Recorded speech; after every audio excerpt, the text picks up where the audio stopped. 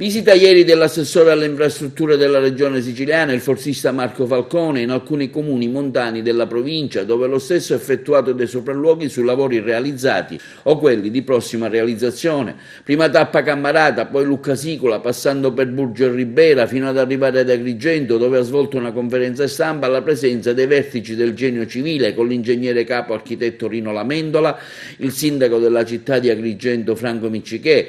Si è discusso poi delle case popolari di Ribera, abbattute quelle vecchie, le nuove abitazioni saranno consegnate entro il 2021. Si è parlato della Maremonti in fase di progettazione, importantissima arteria stradale che collegherà la montagna con il mare, passando per i paesi montani. Continuerà l'impegno per la cattedrale.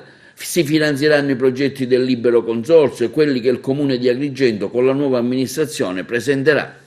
Devo dire che nonostante il 2020 sia stato un anno segnato dalla pandemia, durante il corso dell'anno abbiamo raggiunto una serie di obiettivi, concretizzando anche un po' le politiche per il territorio del governo Musumeci, in particolare del presidente e dell'assessore al ramo Falcone.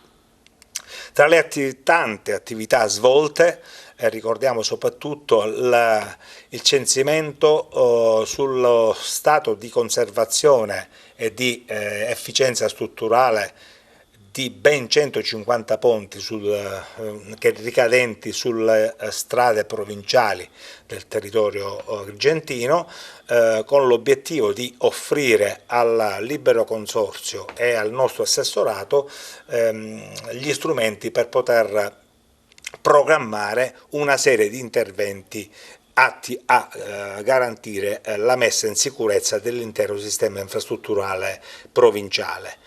Per quanto concerne il rischio idrogeologico, anche quest'anno abbiamo eseguito una serie di interventi, ne abbiamo eseguito 13 su altrettanti corsi d'acqua, e poi vorrei ricordare che a settembre siamo stati investiti da un'emergenza al Giro d'Italia, e in quell'occasione l'ufficio ha mostrato il meglio di se stesso.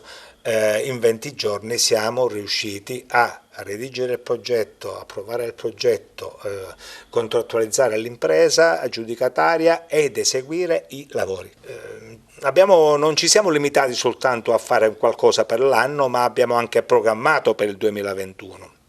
In particolare abbiamo programmato una serie di interventi sul territorio provinciale.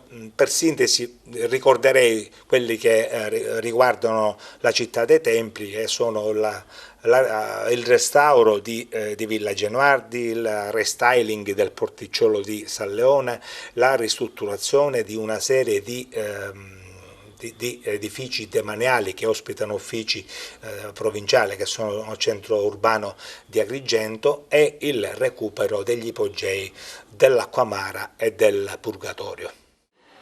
Sono emozionato perché finalmente vedo che qualcosa si inizia a muovere per Agrigento, c'è massima volontà politica da parte del governo regionale. Io mi trovo qui a rappresentare tutta la mia cittadinanza.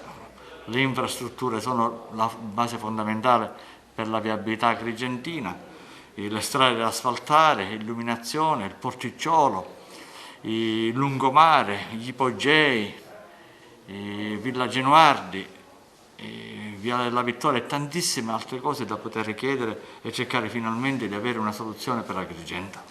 Ma sicuramente un consuntivo positivo, incontrare decine di sindaci come abbiamo fatto oggi da Camarata, da Luccasicolo, da Burgio, ma tanti altri sindaci di Ribera, di Ravanusa, di Bivona, di Calamonaci e ora qua il sindaco della città capoluogo, è sempre un privilegio per un rappresentante del governo Musumeci, proprio perché noi vogliamo essere serventi al territorio. Lo facciamo stasera anche ad Agrigento, dove abbiamo in cassetto diverse iniziative, dai parcheggi, ma da tante altre iniziative che riguardano la riqualificazione urbana.